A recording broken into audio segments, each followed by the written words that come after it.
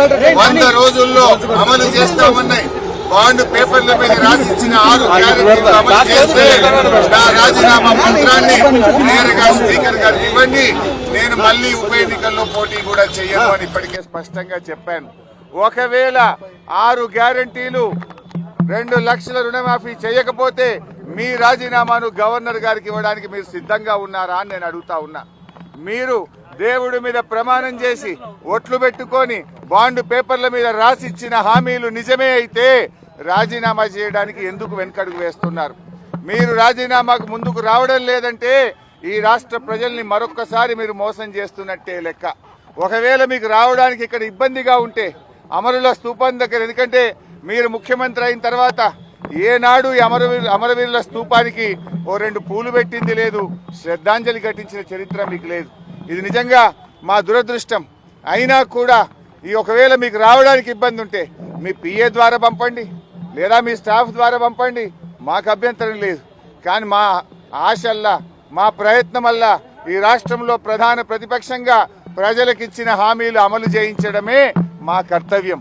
మాకు ఇక్కడ రాజకీయాల కంటే కూడా పేద ప్రజల ప్రయోజనాలు ముఖ్యం.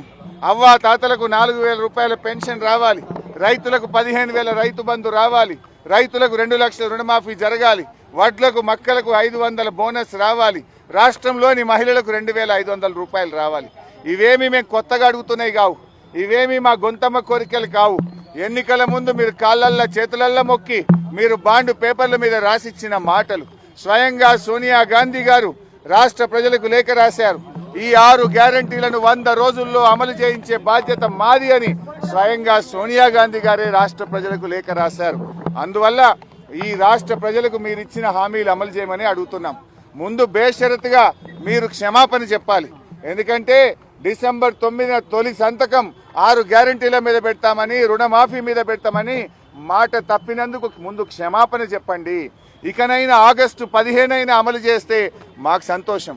నా ఒక్కడికి ఎమ్మెల్యే పదవి కంటే ఈ రాష్ట్రంలో లక్షలాది మంది ప్రజలకు 4,000 ఆసరా పెన్షను, 4,000 నిరుద్యోగ భృతో, 2,500 రూపాయలు మహిళలకు, 2 లక్షల రుణమాఫీ జరిగితే నేను సంతోషపడతాను. 5 ఏళ్లు నాకు పదవిలో లేకపోయినా కూడా రాష్ట్ర ప్రజలకు మేలు జరిగితే నాకు అంతకంటే ఆనందం ఇంకోటి ఉండదు. అందువల్ల నేను రాజకీయాలకు అతీతంగా స్వచ్ఛందంగా ముందుకొచ్చాను. నేను స్పీకర్ ఫార్మెట్ లో కూడా నా లెటర్ ఇవ్వడానికి నేను సిద్ధంగా ఉన్నా. ఇవాళ నీ డిమాండ్లను ఇవాళ ఇక్కడ ఉండే జర్నలిస్టుల చేతిలోనే నా రాజీనామా పత్రాన్ని పెట్టి వెళ్తా ఉన్నా. స్పీకర్ ఫార్మెట్ లో రాజీనామా ఆమోదించుకొని పదవికి దూరంగా ఉండడానికి నేను సిద్ధం. కానీ నువ్వు మరి ప్రజలకు ఇచ్చిన మాట నిలబెట్టుకోవాలని కోరుతా ఉన్నా.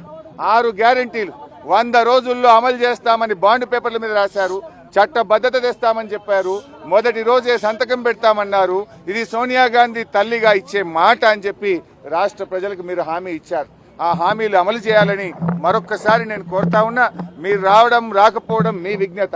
ఒకవేళ మీరు రాకపోతే ఇక్కడ అమరవీరుల స్తూపం దగ్గరికి వస్తే పూలు పెట్టాలని మీకేదైనా బేసిజాలుంటే కనీసం మీ స్టాఫ్ ద్వారానైనా మీ రిజిగ్నేషన్ లెటర్ పెట్టండి.